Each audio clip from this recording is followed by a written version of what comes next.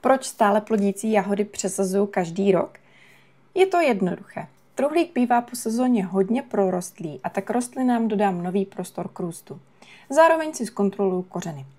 Jahody opatrně vyrýpnu ostrou lopatkou jednu po druhé.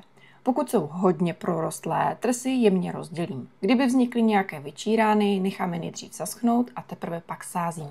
Kořenový bál pořádně oklepu od starého substrátu a podívám se, jestli v něm někdo nebydlí.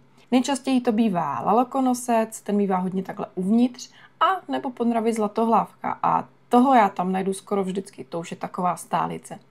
I proto přesazuju jahody každý rok.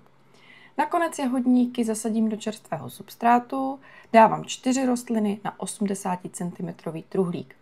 Po výsadbě pak podle potřeby zaliju a první dny udržuji půdu vlhkou, aby se rostliny dobře ujaly.